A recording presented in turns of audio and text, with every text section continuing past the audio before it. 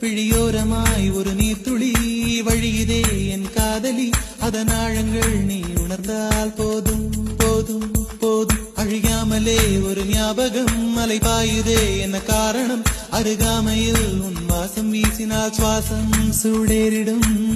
கல்தரை மேலே பூக்கும் பூக்கள் பூந்தலை போய்தான் சேராதே.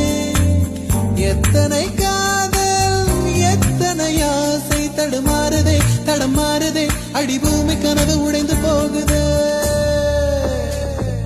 தேவதையை கண்டே